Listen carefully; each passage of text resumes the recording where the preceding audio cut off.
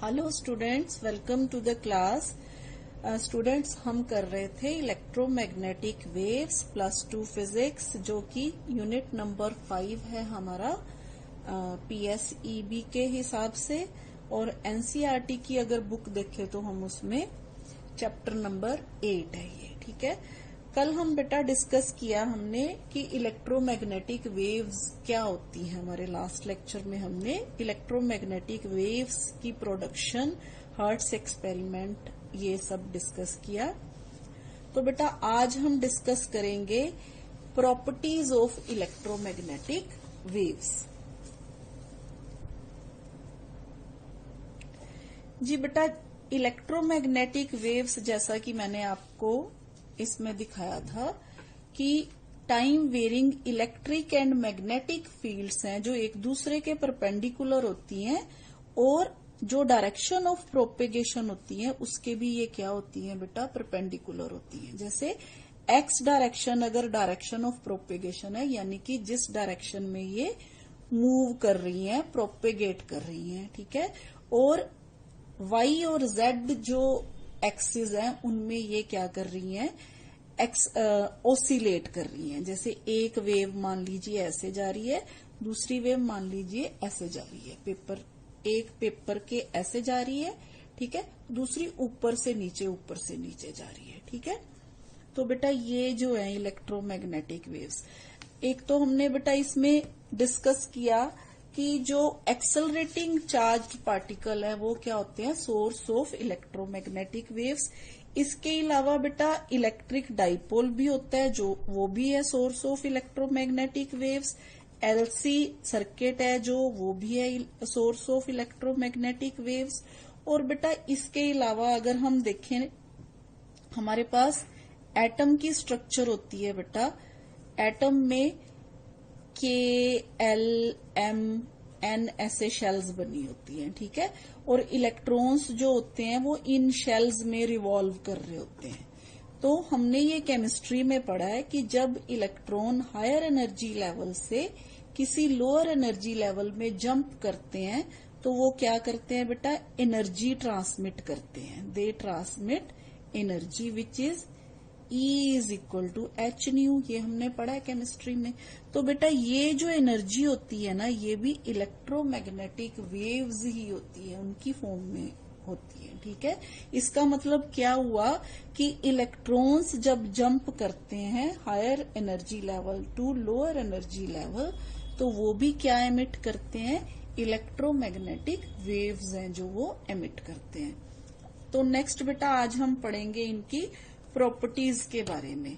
तो first properties है बेटा जो इलेक्ट्रोमैग्नेटिक वेव्स की, वो ये है कि इलेक्ट्रोमैग्नेटिक वेव्स हैं जो वो एक्सेलरेटेड चार्जेस से प्रोड्यूस होती हैं, एंड उनको कोई मटेरियल मीडियम नहीं चाहिए होता प्रोपेगेशन के लिए। ठीक है, तो फर्स्ट प्रॉपर्टी में produced by accelerated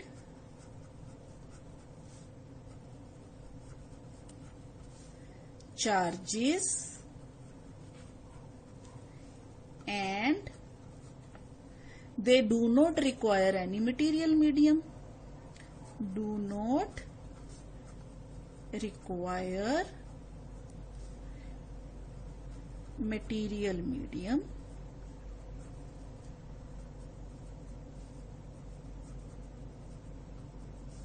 for their propagation.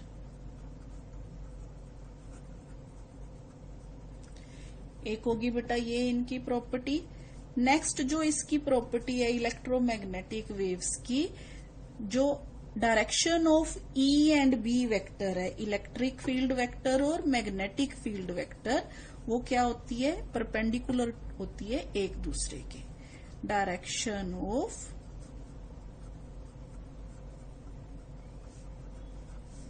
oscillation of vector E and vector B,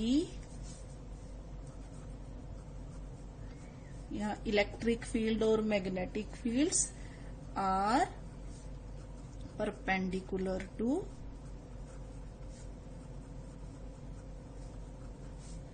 each other.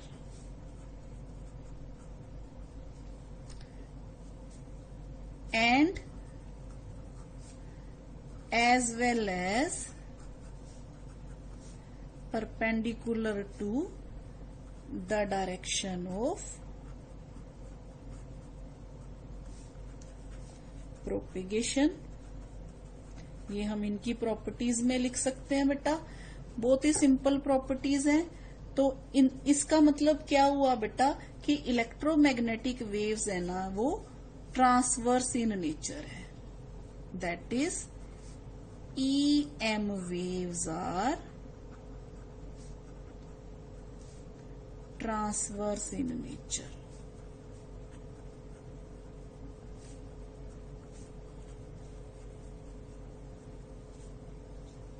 ठीक है। हाँ जी, नेक्स्ट प्रॉपर्टी है बेटा, oscillations of E and B fields are in same phase. E and B are in same phase. इसका क्या मतलब है बेटा सेम फेज? सेम फेज का मतलब ये है बेटा, मान लीजिए ये हमारे पास इलेक्ट्रिक फील्ड है, ठीक है, और मान लीजिए हमारे पास ये जो है मैग्नेटिक फील्ड है, ठीक है। अब देखिए इलेक्ट्रिक फील्ड का जहां पे एम्पलीट्यूड मैक्सिमम होता है वहीं पे मैग्नेटिक फील्ड का मैक्सिमम एम्पलीट्यूड आता है, ठीक है। और जहां पे ये जीरो पे आता है वहां पे मैग्नेटिक फील्ड भी जीरो पे आती है। इसका मतलब ये है बेटा कि इनमें कोई फेस डिफरेंस नहीं होता। ये अगर E है, ये अगर B है, ये E नोड हो गया और ये B नोड हो गया, ठीक है। नेक्स्ट बेटा फोर्थ जो पॉइंट है इसका हम ये लिखेंगे, ये जो ट्रेवल करती हैं फ्री स्पेस में with the same speed of light, ठीक है। EM waves travel in free space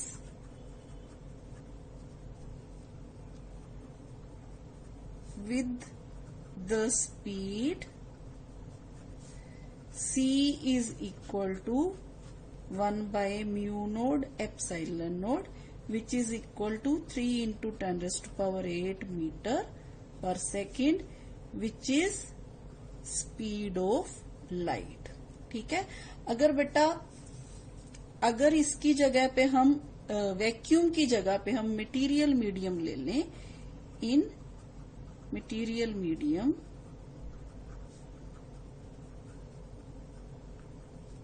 तो हमारे पास जो वेलोसिटी है वो तब हम v से लिखेंगे, ठीक है। c हम फॉर फ्री स्पेस यूज करते हैं, वो हो जाती है बेटा हमारे पास 1 by epsilon note and mu, epsilon and mu simple. यहाँ पे जो एप्सिलॉन और म्यू है बेटा वो तब लेते हैं जब हम मटेरियल मीडियम लेते हैं, और एप्सिलॉन नोड और म्यू नोड तब लेते हैं जब हम फ्री स्पेस लेते हैं। ये क्या होता है बेटा permittivity and permeability of free space. ये absolute permittivity and absolute permeability होता है, ठीक है। हाँ जी बेटा, उसके बाद हमारा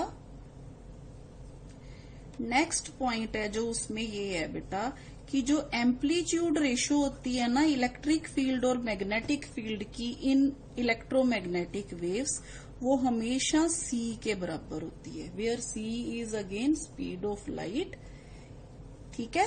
तो इसका मतलब ये हुआ, यहाँ पे ये कंक्लूजन निकला कि E नोड जो होता है वो B नोड इंटू C के बराबर होता है। This is important property of electromagnetic wave. जी बेटा, electromagnetic waves carry energy as they travel through space and this energy is shared equally by electric field and magnetic field. ठीक है। अब बेटा हमारे पास in free space energy density जो होती है स्टैटिक फील्ड ई की energy density of static field, static electric field की वो होती है बेटा you E is equal to half epsilon not E square. इसी तरह से बेटा जो मैग्नेटिक फील्ड होती है उसके लिए होती है 1/2 B divided by mu naught, B square divided by mu naught. अगर हम इन दोनों को ऐड कर दें तो ये जो हो जाती है एवरेज एनर्जी डेंसिटी हो जाती है इलेक्ट्रोमैग्नेटिक वेव्स की। तो U फिर किसके बराबर हो गया बेटा, you E plus U B के बराबर। नेक्स्ट बेटा जो इलेक्ट्रोमैग्नेटिक वेव्स होती हैं ना, EM वेव्स जो होती हैं वो ना ही इलेक्ट्रिक फील्ड से डिफ्लेक्ट होती हैं और ना ही मैग्नेटिक फील्ड से डिफ्लेक्ट होती हैं। Are not deflected by electric field and magnetic field, ठीक है। और इसके अलावा जो नेक्स्ट पॉइंट है वो ये है बेटा कि इलेक्ट्रोमैग्नेटिक वेव्स हैं जो वो रिफ्लेक्शन, रिफ्रैक्शन, इंटरफेरेंस,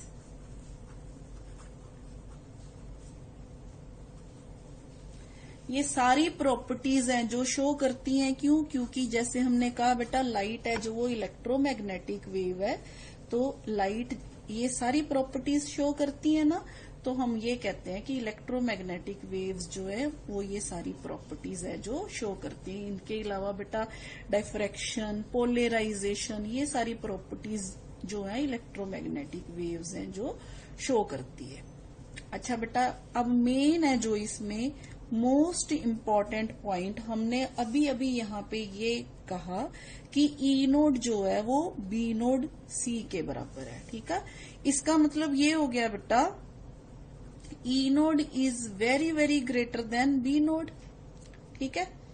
हाँ जी बेटा ई नोड अगर very very greater than B naught है तो हम ये कह सकते हैं कि electric field of an electromagnetic wave is responsible for its optical effects. मतलब जो चीजें हम देखते हैं ना वो किसके कारण देखते हैं, हम ये वाले फैक्टर के कारण देखते हैं, ठीक है। तो इलेक्ट्रिक फील्ड जो होती है, electric field is responsible for its optical effect.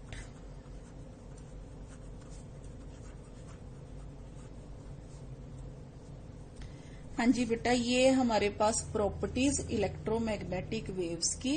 अब अगर हम क्वेश्चन देखें 2 मार्क्स का क्वेश्चन जो आता है उसमें ये प्रॉपर्टीज के बारे में आपसे पूछा जा सकता है बेटा। आप 5 और 6 प्रॉपर्टीज है जो वो अच्छी तरह से लर्न कर सकते हैं, जो हमें आसान रहेगा, ठीक है जी बेटा। अब हम पढ़ेंगे इलेक्ट्रोमैग्नेटिक स्पेक्ट्रम के बारे में। इलेक्ट्रोमैग्नेटिक स्पेक्ट्रम क्या है बेटा? इलेक्ट्रोमैग्नेटिक स्पेक्ट्रम है बेटा the orderly distribution of EM waves, यानी कि इलेक्ट्रोमैग्नेटिक वेव्स में जितनी भी वेव्स आती हैं उनको अगर हम उनकी वेवलेंथ और फ्रीक्वेंसी के हिसाब से सेट कर दें, डिस्ट्रीब्यूट कर दें, तो वो जो स्पेक्ट्रम बनता है ना बेटा उसको हम क्या बोलते हैं, इलेक्ट्रोमैग्नेटिक स्पेक्ट्रम, ठीक है। अब हम इलेक्ट्रोमैग्नेटिक स्पेक्ट्रम है उसको देखते हैं बेटा, उनमें कौन कौन सी जो है रेज आती हैं। देखिए बेटा इलेक्ट्रोमैग्नेटिक स्पेक्ट्रम में gamma rays, X ray, ultraviolet rays, visible raise, infrared rays, microwave and radio waves, ये सारी जो वेव्स हैं ये इलेक्ट्रोमैग्नेटिक स्पेक्ट्रम का पार्ट है। और इसको डिस्ट्रीब्यूट कैसे किया हुआ है ये हम डिस्कस करते हैं इसमें। बेटा इसके अलावा ना एक और रेज होती है कॉस्मिक रेज, वो यहाँ पे शो नहीं करते, कॉस्मिक रेज हम उनको बोलते हैं, ठीक है, जो इलेक्ट्रोमैग्नेटिक स्पेक्ट्रम में ज्यादातर क्या यूज नहीं की जाती, पर कभी कभी इसके बारे में भी पूछ लेते हैं। तो बेटा अब आप अगर यहाँ पे देखो ध्यान से, ये वेव्स हैं, ठीक है, ये देखिए जो ये वाली वेव्स हैं इनमें वेवलेंथ है जो वो बड़ी है, वेवलेंथ है जो ये देखिए दिस इज वेवलेंथ, ठीक है। अब नेक्स्ट जैसे जैसे हम आगे जा रहे हैं ना, वेवलेंथ है जो वो कम हो रही है, यहाँ और कम होगी, आगे जाएंगे यहाँ पे और कम हो जाएगी, ठीक है। तो बेटा इसका मतलब ये है कि जैसे जैसे हम रेडियो वेव्स की से लेके गामा रेस की तरफ जाएंगे तो वेवलेंथ क्या हो रही है, डिक्रीज हो रही है, ठीक है। अगर वेवलेंथ डिक्रीज हो रही है बेटा तो हमें पता है फ्रीक्वेंसी क्या होती है, इस तरफ इंक्रीज होती है। इसका मतलब अगर हम इस तरफ से इस तरफ जाएंगे तो फ्रीक्वेंसी इंक्रीज हो रही है, ठीक है। तो बेटा हम सबसे पहले देखते हैं रेडियो वेव्स, इनकी रेंज क्या होती है। बेटा रेडियो वेव्स जो होती है longest wavelength and minimum frequency range होती है, ठीक है। यानी कि इनमें जो लैम्डा है वो लॉन्गेस्ट और फ्रीक्वेंसी है जो वो क्या होती है, मिनिमम होती है, ठीक है। अगर फ्रीक्वेंसी मिनिमम होती है तो बेटा हमें पता है कि E is equal to H nu होता है, where H is constant and nu is frequency. तो इनकी एनर्जी भी क्या होती है, मिनिमम होती है, ठीक है। अब ध्यान से देखो बेटा, जैसे जैसे हम इस तरफ जाएंगे, अब देखो इनकी रेंज क्या होती है, वेवलेंथ रेंज जो होती है बेटा रेडियो वेव्स में जो वेवलेंथ की रेंज होती है 600 मीटर टू 0.1 मीटर तक होती है। यानी कि इनकी जो लैम्डा की वैल्यू होती है वो कितनी होती है, लैम्डा 600 मीटर टू 0.5 मीटर, ठीक है।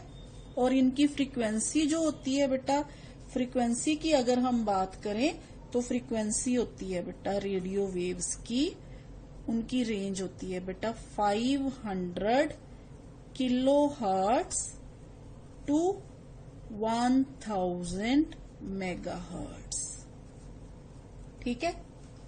अच्छा बेटा अब रेडियो वेव्स जो है वो डिस्कवर किसने की, मार्कोनी ने की 1895 में, ठीक है। और इसकी प्रॉपर्टीज क्या है, प्रॉपर्टीज है रिफ्लेक्शन, डिफ्रैक्शन, जो इलेक्ट्रोमैग्नेटिक वेव्स की प्रॉपर्टी है वो इसकी भी प्रॉपर्टीज है, ठीक है। अब इनके यूजेस क्या है, यूजेस है ये radio and television communication system में यूज होती है, ठीक है। तो ये तो हो गया बेटा हमारे पास रेडियो वेव। अब हम आते हैं माइक्रोवेव की तरफ। माइक्रोवेव में जो लैम्डा की वैल्यू होती है वो 0.3 मीटर से लेके 10⁻³ मीटर तक होती है, 0.3 मीटर टू 10⁻³ मीटर, ठीक है।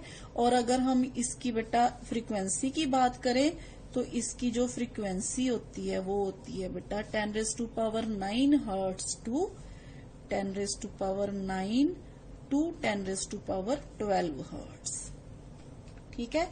और ये यूज कहाँ पे होती है बेटा, ये यूज होती है माइक्रोवेव में, खाना बनाने के लिए, ठीक है।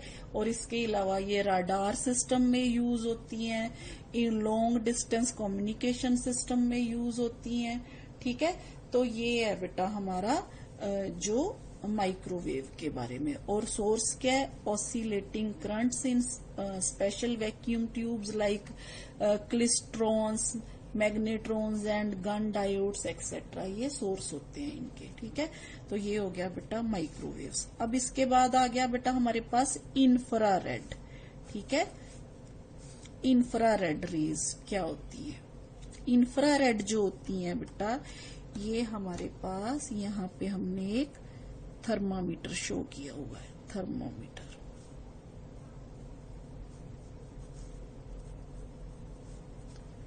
इंफ्रारेड का मतलब होता है बेटा ये जो रेज होती हैं ये these lie close to the low frequency और long wavelength of the visible spectrum, ठीक है।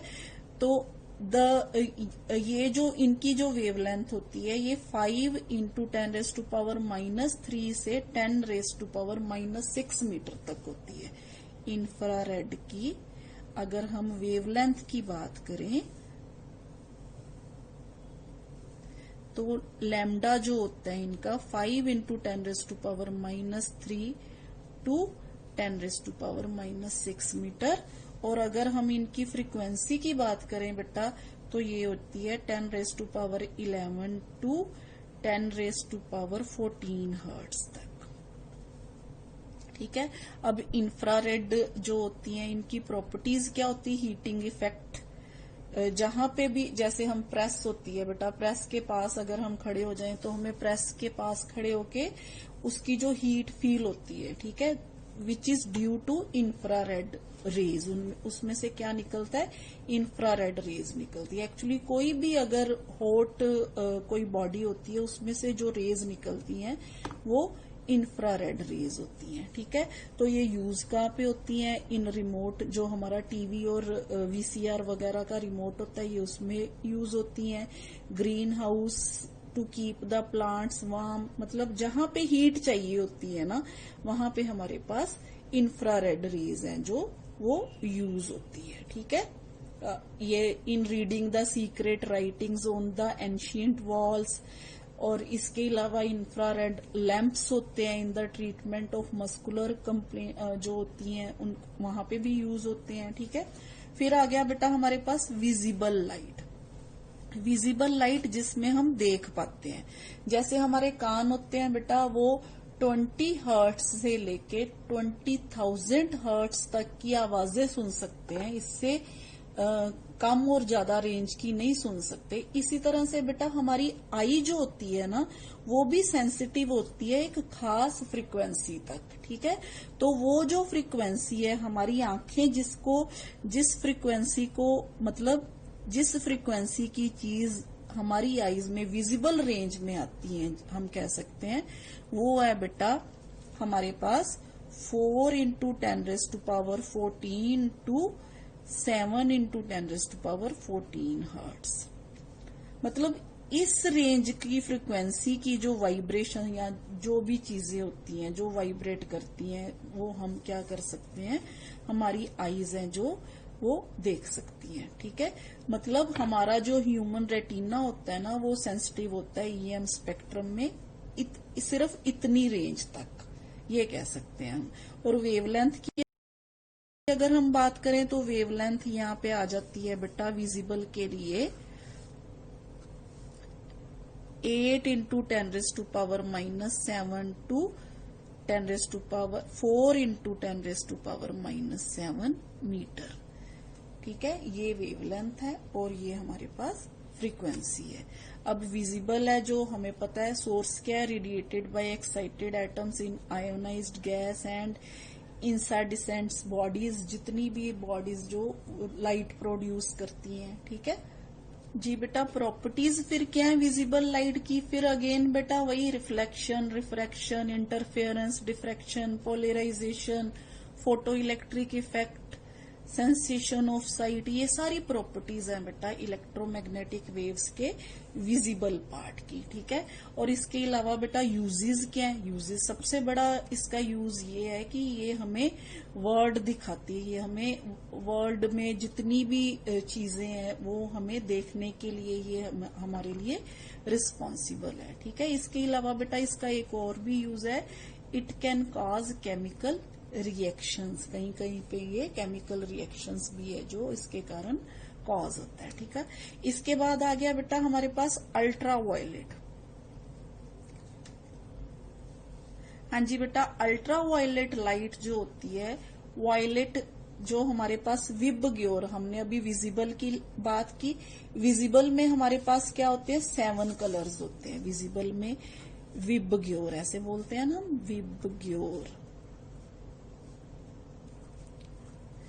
1 2 3 4 5 6 7, ये 7 कलर्स जो होते हैं विजिबल रेंज में आते हैं। मतलब वायलेट के ऊपर वाला और रेड के नीचे वाला, वायलेट के ऊपर वाला अल्ट्रा वायलेट एंड रेड के नीचे वाला इंफ्रारेड। तो बेटा हमारे पास जो अल्ट्रा वायलेट है ये क्या है, this region of EM spectrum has wavelength just shorter than visible light and can be detected just beyond the violet end of the solar spectrum. मतलब वायलेट के पास ही ये होता है, ठीक है। तो इसकी वेवलेंथ है जो बेटा अल्ट्रा वायलेट की जो वेवलेंथ है वो होती है हमारे पास 1.5 इंटू 10⁻⁻7 मीटर तक, ठीक है। इससे भी कम हो गई तो अल्ट्रा वायलेट की अगर हम बात करें तो इसकी जो वेवलेंथ है वो 3.5 इंटू 10⁻⁻7 टू 1.5 इंटू 10⁻⁻7 मीटर तक होती है, ठीक है। और बेटा इसके अलावा अगर हम इसकी फ्रीक्वेंसी की बात करें तो क्योंकि इसकी रेंज बढ़ गई है तो इसकी फ्रीक्वेंसी जो होती है बेटा 10⁻16 हर्ट्ज टू 10⁻17 हर्ट्ज होती है, ठीक है। अब आ गया बेटा इसके बाद इसके यूजेस क्या है।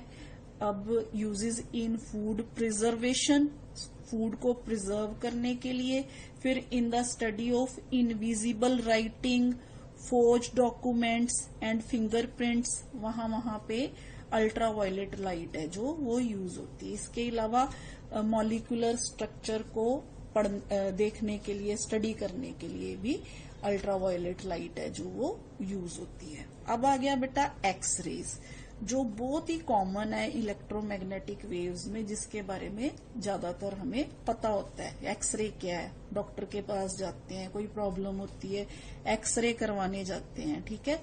तो ये वही वाली एक्सरे है। इसमें बेटा जो वेवलेंथ होती है ये और भी कम हो जाती है। वेवलेंथ जो इसकी 100 एंगस्ट्रॉम टू 0.1 एंगस्ट्रॉम, ठीक है। एंगस्ट्रॉम क्या होता है बेटा 10⁻⁻10 मीटर, ठीक है। ये होगी बेटा इसकी वेवलेंथ। और अगर हम इसकी फ्रीक्वेंसी की बात करें तो वो और भी बढ़ गई क्योंकि हाई रेंज में आ गया ये। तो इसकी फ्रीक्वेंसी होती है 10⁻18 टू 10⁻20 हर्ट्ज तक, ठीक है। अच्छा बेटा इसके बाद आ गया कि ये प्रॉपर्टीज इसकी क्या है। प्रॉपर्टीज ये फोटोग्राफिक प्लेट को इफेक्ट करती है, गैस की आयनाइजेशन कर सकती है, ये फोटो इलेक्ट्रिक इफेक्ट, फ्लोरिसेंट, ये सारा कुछ इसकी प्रॉपर्टीज है। और यूजेस कहाँ पे है इसके, जैसे ये देखिए in medical diagnosis because X rays can pass through flesh but not through bones, इसलिए ये हमें एक्सरे जो रिपोर्ट है हम करवाते हैं, ठीक है। इसके अलावा in the study of crystal structure, ठीक है। फिर इन इंजीनियरिंग में भी ये यूज होती है। कोई फॉल्ट हो, क्रैक हो कहीं किसी मेटल में, तो वहां पे भी इसको यूज किया जाता है डिटेक्ट करने के लिए। फिर इसके अलावा बेटा डिटेक्टिव डिपार्टमेंट भी इसको बहुत यूज करता है। तो ये है बेटा एक्सरे के सारे यूजेस। इसके अलावा आ गया बेटा गामा रेज। गामा रेज जो होती है सबसे कम वेवलेंथ वाली होती है। इनकी जो वेवलेंथ होती है बेटा गामा रेज की वो होती है 10⁻⁻14 मीटर टू 10⁻⁻10 मीटर तक, ठीक है। और इसकी फ्रीक्वेंसी सबसे ज्यादा 10⁻18 टू 10⁻22 हर्ट्ज तक, ठीक है। अब प्रॉपर्टीज क्या है। अच्छा ये गामा रेज के बारे में हमने पढ़ा है कि रेडियो एक्टिव मटीरियल्स जो होते हैं वो प्रोड्यूस करते हैं गामा रेज। तो इसको डिस्कवर किसने किया था, हेनरी बेक्वेल ने 1896 में, ठीक है। इसका सोर्स जो होता है वो रेडियो एक्टिव न्यूक्लियाई होता है। इसके अलावा बेटा प्रॉपर्टीज क्या है, ये भी फोटोग्राफिक प्लेट को इफेक्ट करती हैं। डिफ्रैक्शन, हाई पेनिट्रेटिंग पावर, जैसे गामा रेज जब कहीं पे ये रेडियो एक्टिव मटीरियल लीक होता है बेटा, तो सबसे ज्यादा जो हमें इफेक्ट, जो नुकसान पहुंचाती है, सबसे ज्यादा जो डेंजरस होती है वो होती है गामा रेज, क्योंकि इनकी पेनिट्रेशन पावर जो होती है बहुत ज्यादा हाई होती है। हाँ जी बेटा, इसके अलावा यूजेस आ गया। यूजेस गामा रेज का क्या हो गया, रेडियोथेरेपी में, पॉलीथीन मेकिंग में, manufacture of polythene from ethylene, फिर बेटा to initiate some nuclear reaction, preserve food, structure of atomic nuclear, ये सारी इसकी प्रॉपर्टीज है। अब बेटा आपको पेपर में ये क्वेश्चन इस हिसाब से आएगा कि आपसे प्रॉपर्टीज पूछी जा सकती हैं, आपसे यूजेस पूछे जा सकते हैं और आपसे रेंज पूछी जा सकती है। तो बेटा रेंज को याद करने का बहुत ही अच्छा एक मेथड है, आप इसका कोई भी अपने हिसाब से ना कोई भी इसके वो बना लीजिए, जैसे हम अपने हिसाब से किसी चीज को याद करने के लिए। अब मैं इसमें सबसे सिंपल बनाऊंगी, कोग जू वी मर, ठीक है, ऐसे देखिए ध्यान से, कोग जू वी मर, ठीक है। C means cosmic, G means gamma, x-ray, ultraviolet, visible, infrared, microwave, radio wave, ठीक है।